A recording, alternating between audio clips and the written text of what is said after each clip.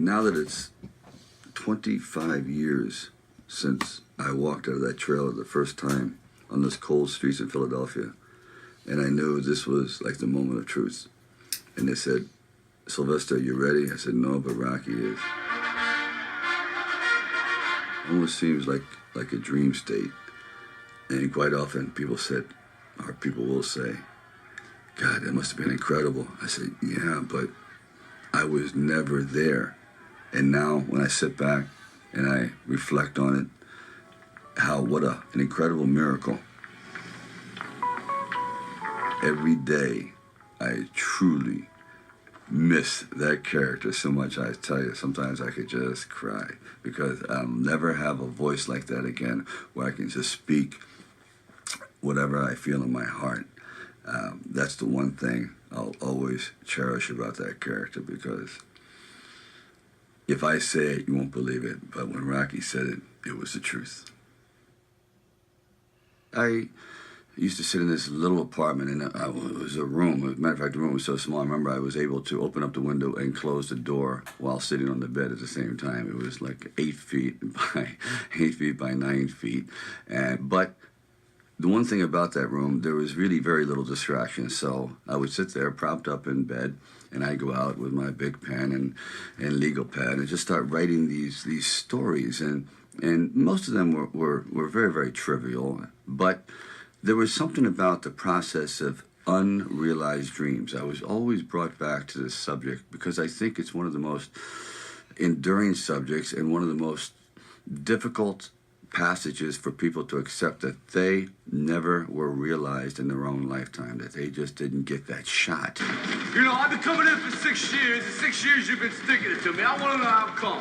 You don't want to know. Yeah, I want to know how come. You want to know? I want to know how. Okay, I'm going to tell you. Because you had the talent to become a good fighter. And instead of that, you became a leg breaker. Some cheap, second-rate loan shark. It's a living? It's a waste of life. The more I thought about this kind of street-like character that just is totally misrepresented by the way he looks physically. Just the way he walks down the street was enough to say people, "Oh, dismiss him. He's kind of looks like a bully, or looks like a dark kind of character." And I thought, that's an interesting character because they're always unrealized. Well, that festered in my mind for quite a while, and then eventually, after Lords of Flatbush, I decided it was a time to come to California. So I went to California, and I moved in the Valley, and things weren't going very, very well there. As a matter of fact, I had to go out and try to sell my dog because it was either do that or he just was not going to be very well fed around the house. And then one night, I went to see Muhammad Ali fight Chuck Wepner. We want to be free. We got to be free.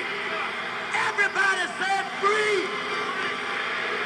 He's not concerned with the left jab at all. He just takes the... And what I saw was pretty extraordinary. I saw a man they called the Bayonne Bleeder who didn't have a chance at all against, the greatest fighting machine, supposedly, that ever lived. Body back, slips a punch to his left. Oh! A vicious shot to the rib of Muhammad Ali, and what a surprise! Chuck Wepner gets to the body. And for one brief moment, this supposed stumblebum turned out to be magnificent in the fact that he lasted and knocked the champion down. I said, boy, if this isn't a metaphor for life.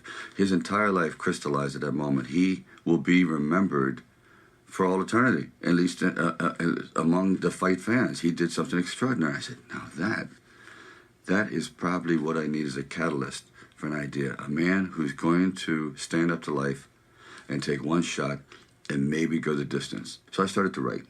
And it was one of those writing frenzies. And 3 days later, I came up with the script of Rocky. Now, the script by no means was a finished piece of material. It was probably about 90 pages, and maybe 10% of it remained in the final script, but it was done. Originally in Rocky, the film was very, very dark because filmed at that time, the anti-hero was, I guess, the favored kind of character of the day. And I pretty much wrote the original one to be like that. The character was very dark. As a matter of fact, he throws the fight at the very end, and Mickey himself turns out to be this very angry, racist man, and the reason actually Rocky throws the fight because he didn't want to be involved in this kind of world. He said, you know, I'd rather be who I was and to just have all this hatred around me and so on. I remember showing it to my wife. She goes, "Oh, I don't like it. Rocky seems so nasty, so this, so that." Because I had made him very, very street-like and unrepentant. You know, he didn't have the kind of attitude that eventually he ended up with. So I went back and rewrote. I first met Bob Shardoff and Irwin Winkler, and I believe I was there on a casting call. So we're talking a little bit, and I guess I really wasn't right for the acting part. And on the way out, I said, "Oh, I don't know if it matters, but I do a little bit of writing." He goes, "Really?" I said, "Yeah, I'm writing this story. I have this thing about wrestlers, and I might do something about boxing." Well, he says, "Well, bring it around." And I thought, if I hadn't stopped on the way out, you know, that's why I tell all actors or writers, don't give up. Keep talking. Eventually, you might hit a nerve somewhere, and they go, come on back. And if they didn't say, come on back, or bring it later and let's see what you've developed, I wouldn't be sitting here. So I have to give incredible credit to their insight and their patience, and they're willing to take a chance, which it doesn't exist much anymore, unfortunately. Originally, when I brought the script to them, they were fairly enthusiastic about it. The one thing they were not enthusiastic about was me playing the part, and I really can't blame them. At the time, Ryan O'Neal was a candidate, Burt Reynolds, Robert Redford, Jimmy Caan, and they all, you know, were at the top of their game. And so I could see it, but there was something inside of me that you know, this opportunity is never going to come around. And I really wasn't used to money, and I had no idea of what I would be missing. But the temptation started to come forward. First, it was $25 grand, then $100,000. I go, well, I never heard of $100,000 because I had like $106 in the bank, and like I said, I had to sell my dog, and things were not looking very, very good. My $40 car had just blown up, so I was taking a bus to work. And still, it didn't matter. I wanted to stick with it. Then it went up to $150,000, $175,000. It went up to $250,000. Now my head was starting to spin. And it went up to $330,000. And probably, I heard it went up to $360,000. And I thought, all right, you know, you've really managed poverty very well. You've got this down to a science. You really don't need much to live on. I had like sort of figured it out. So I was not in any way used to the good life. So I thought, you know what? If I know in the back of my mind, if I sell this script and it does very, very well, I'm going to jump off a building. And if I'm not in it, there's no doubt about it, I'm going to leap in front of a train. I'm going to be very, very upset. So this is one of those things where you just roll the dice and you fly by the proverbial seat of your pants. Say, all right, I got to try it. I got to just do it. I may be totally wrong, and I'm going to be taking a lot of people down with me, but I just believe in it. We didn't have really the money to shoot a normal union film at that time in Philadelphia, so we would travel in a van. I would jump out of the van, and we were working with the handheld camera at the time with Garrett Brown, and it was somewhat experimental. And he'd film me running through shopping malls and up down and steps and flights, curved corridors along the river until finally my legs basically gave out and I'm like writhing on the ground, and I want to rise up and say, John, I'm dying here. And he goes, no, use it. Use the pain. I said, for what? I mean, I'm in misery. He goes, well, no, you know, it's giving your character, it's giving him some depth. I said, it's giving me bruises. It's giving me like agony. I can't sleep at night. But, you know, John would use, one thing about John, he would use the environment. If he saw, like the scene where we just jumped down and saw this ship along the dock, this docked along the pier, and he said, just jump out, run as fast as you can along the ship, and I'm running and running. I said, you know what? My legs are buckling. I'm literally going to crash down here. Teeth are going to go, jaw, face. I'm just going to be ground down to this flat-faced image. please. And I just barely made it. Because John had me, he would have me run and jump park benches and down streets, and people are throwing things at me. Like when I had the orange thrown at me, and these people had no idea who I was. I was just some strange alien invader in a well-worn, tattered, baggy, incredibly ugly sweatsuit running through their neighborhood, you know, and they're like throwing things at me. And we kind of like made it work, but actually it was like I thought they were trying to hit me with the orange.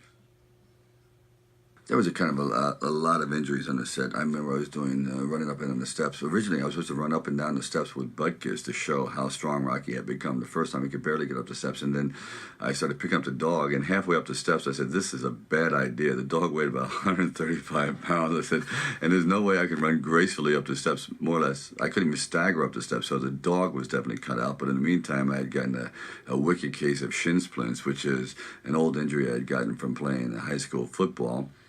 And then when I was hitting the meat, I thought, this would be an interesting visual, hitting the meat. Well, I don't know if anyone's hit a bull lately.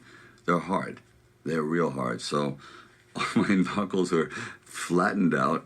They just became, I guess, kind of like, well, I don't know what they're good for anymore. I guess, kind of like a table leg now. They're pretty flat. They're pretty even. They really don't function as a hand much anymore. But these are all somewhat of the memories of, and the broken finger that I was using with Adrian. I said, okay, I'll just like take all the injuries in the movie and somehow work it in. Also in the movie, there was, we couldn't afford many people, so I tried to get as much help from friends, from my brother who plays a street corner singer, and my father who's a bell ringer. As I said, my dog is in it. Even my wife, my first wife, was the set photographer. But I think she shot a total of maybe 100 pictures because the budget was really, really tight. And actually, it was probably the best set photographer I've had in a long time because all those pictures are great. Talia Shire was also a last-minute choice because we just couldn't find the right person, and then she came in, and it was, I think, the same night as Carl Weathers. I think it was. And she came in, and we just read, and I felt the earth move. I really felt a tremendous vitality and kinship. I mean, I loved her. I really, really loved her. I just loved the way she looked and the way her hair fell and this timid, fragile creature. I said, it was just incredible, and the perfect voice. So when we were going to do Rocky meets her, and he just talks to her, and he sees a beauty in her that no one else sees because everyone has something to do. Rocky really has nothing to do. So he moves at a much slower pace, and he observes, and he sees things that other people don't see. So he's trying to bring her out because I guess he feels that she's probably the only one who's worse off than he is. So he's feeling kind of like a little protective towards her. And the sequence where we're supposed to go ice skating, originally that was written for 300 extras, and it was a big deal. Well, I show up on the set. They said, we have a slight change in plans. We have one extra. I said, interesting. And I said, well, I have an interesting thing to tell you, too. I don't ice skate. I don't know why I wrote it, but I thought it'd be interesting. So here we are with an empty arena, and I don't really skate at all. So I decided I was going to run on ice, and she says she skates, but if you watch her ankles are falling in, and she's barely holding on, and Rocky's trying to explain his life, looking cool, and he looks like so foolish, but she doesn't care. And where they really come together at that moment when he goes, my father said I wasn't born with much of a brain. He goes, my mother, she says sort of the same thing. He says, you weren't born with much of a body, so you better start developing your brain. It's like, oh, these two people are two halves that absolutely need to fit together. They are really on the same page. Then he walks her home.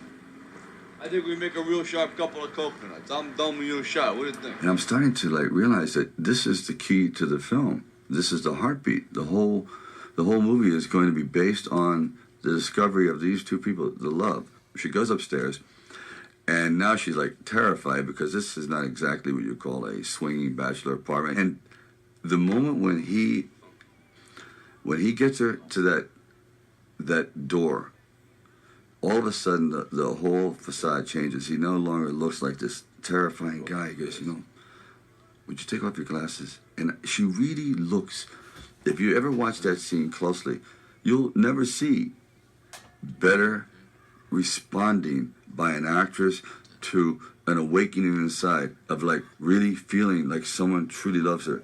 That it's like she's dying. She's never felt this before. And coming from this man who is, this physical kind of specimen, the last kind of guy she ever imagined herself being with, it just, I disappear in that scene. She is just off the chart. You want to kiss me back if you don't want. I want to kiss you.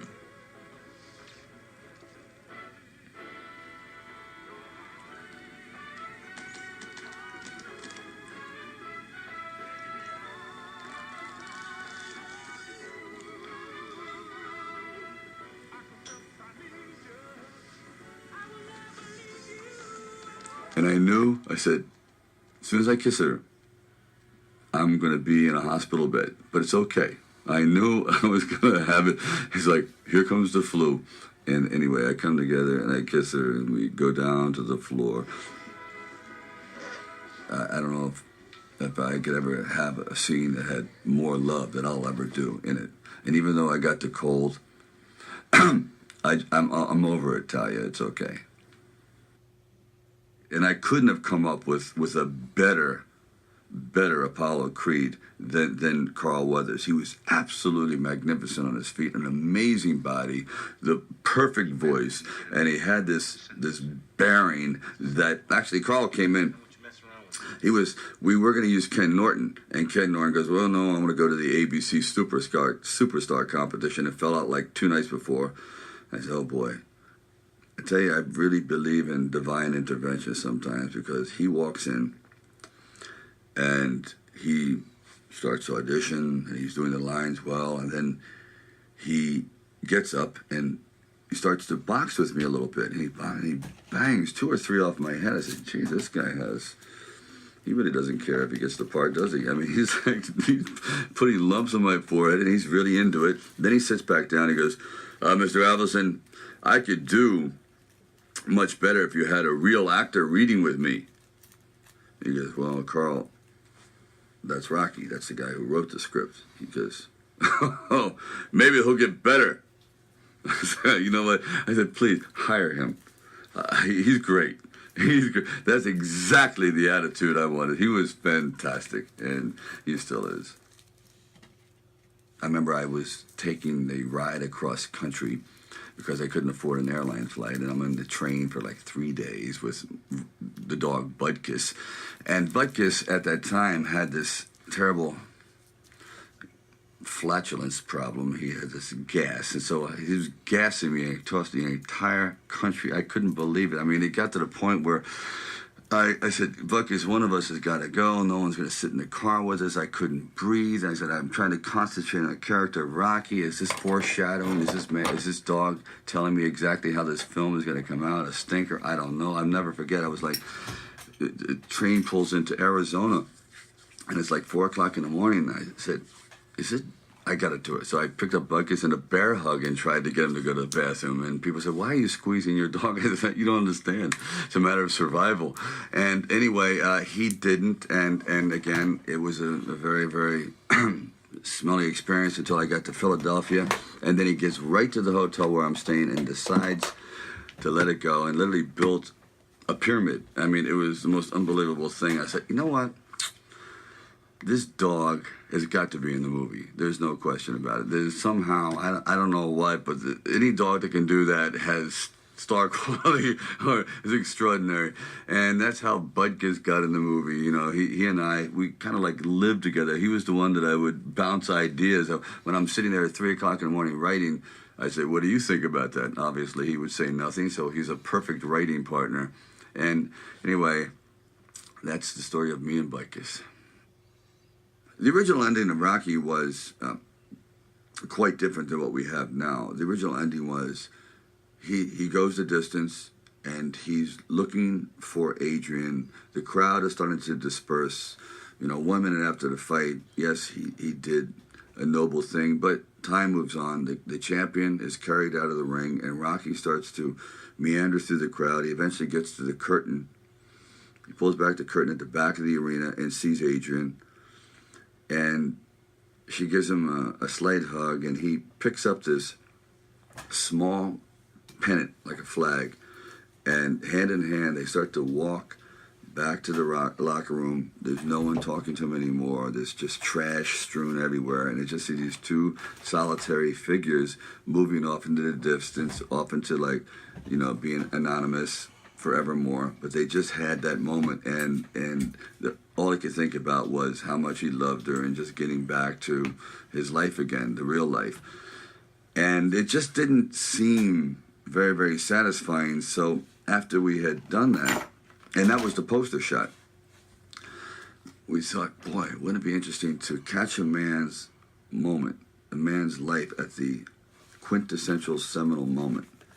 So we went back, and I have friends in the scene. I have producers in the scene. We had about 30 people. We only had the money to do like 1/4 of the ring, so just a little corner. And you see these people going around in a circle, milling around, and crowds, and Rocky's going, just get everything out of my face. And he's yelling for Adrian, Rocky, Adrian, Rocky. And they had someone, as Adrian is running to the ring, again, very, very tight. They had like fishing line connected to her hat, and they pull her hat off. So, because I thought, wouldn't it be interesting that the first thing Rocky says when he comes into the ring is like, "Where's your hat?" I mean, he's so into her, into like the way she looks, and that he doesn't care that his eyes are swollen shut, his hands are smashed, and that he's done the greatest thing in his life. He doesn't say, "Look at me." He goes, "Where's your hat?" And he's like, "I love you." He goes, "I love you too." Yeah, I mean, the visuals working, the sound is working, the body movements are all coming together at this absolute peak. And right there, when I embrace her, I was sitting with John Avildsen, and we froze right on the single frame when he is looking elated and he has her in his arms, and it's just this look of ecstasy. And the next frame, it went like, it just deflated. I said, there it is. From that moment on, it's all downhill. I mean, how we all hit this absolute maximum of elation and celebration. And, that can only be sustained for just an infinitesimal moment in time. And if you can you imagine how great it would be just to freeze on that moment? And that's how we froze Rocky. That the original Rocky, he went out at the height. His life will never be more rewarding or more important or more valid than that second. And it was a very, very difficult thing to do. I've been trying to do it in films ever since, to bring all those three elements together at the exact instant is it was like a minor miracle.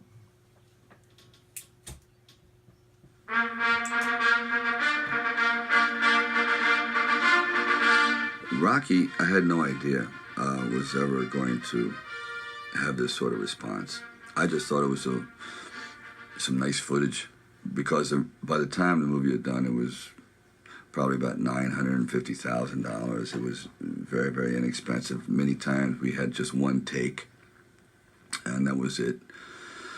So when the screenings around Hollywood at the time were getting this unusual response, that people were actually reacting to the fight as though the fight were happening, I thought, wow, they're really invested in these characters. And I was starting to get phone calls from very, very celebrated people around town. I said, wow, this could be it. This actually is going to work. Now, you understand, because I really had no true confidence in it, because I had no film history, no real film knowledge. I was just working from, I guess, instinct, and I was not a filmmaker, and really not as a writer, nothing had ever been produced before, so I didn't know if my writing really worked.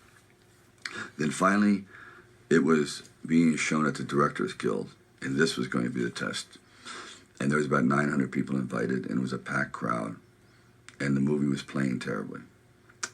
my mother was sitting next to me, and the laughs weren't coming where they're supposed to, and the fight itself seemed to be listless, the response was, and I sat there as everyone filed out of the theater, and I couldn't believe it. I said, Ma, I really blew it. It was all like, I don't know, it was nice while it lasted, but I guess when you get down and you show it to the big boys, they're just not buying it. Anyway, I sat there and literally there was no one left in the theater because I was humiliated and saddened by the whole thing. And even, I walked her out and I was walking down the steps and there's 3 flights down, first flight, second flight, and then by the time I turned for the 3rd flight, the entire audience was down there. There was 900 people waiting, and they started to applaud, and I mean truly applaud. And I said, how could you doubt me, Mom? I'm shocked. And it's like, I just completely came apart. And so there'll never be a moment like that ever. I mean, I truly was over. I said, this is it. I'm just going to, go back home, take my dog, and go back into, trying to eke out a living. And they were all there. And they responded in a way. It's like, I don't know if that's the way they did things in Hollywood, but they saved it up, and I'll never get over that moment. I just looked at all these people, and they were applauding. And it's been all downhill since. Rocky never expected to win. Never. He knew it. He was that much of a realist. And I admired the character for that, because so often I had gone to fight films or sporting films. Yes, we're going to go out there, we're going to knock him out, you're going to win. I said, no, because I'm not going to win. I'm going to get destroyed. But if I can just be lucid, if I can still be standing on my feet, you know what? Then life isn't so bad. And I think, again, symbolically, at the very end of our lives, if we can still say, we were never humbled, we were knocked down, but we got up, and I can say, I lived life with integrity, and I took all the blows, as the song says, and I still prevailed. I think that's a good epitaph for anyone, and that's what I tried to capture in this film. But more importantly, I also realized that you can't be alone. To really succeed, no man really is an island. And it took the love of a woman that no one else loved. It took even the befriending of her brother, who no one could understand, but they gelled together. And Rocky brought this whole group, and with Burgess Meredith, and together they were like individual pieces. But together they made a whole entity, a whole person. And I think, personally speaking, that's happened to me too. When you find the right components in your life, the right people that gel with you, then you feel as though you're invincible. It may be a fallacy, but you at least feel as though you can take all that life has to dish out. Okay, watch this now. Muhammad Ali and Chuck Wepner. Watch Wepner with his right hand where he hits Ali, right by the heart. Just watch for the punch. There's the left hand that sends him back. Now watch this punch. Bang! And it caught Ali by total surprise. Watch it again. Watch it again. Bang! He catches him. Ali turned and cut him just by the rib cage, right next to the heart. That gets the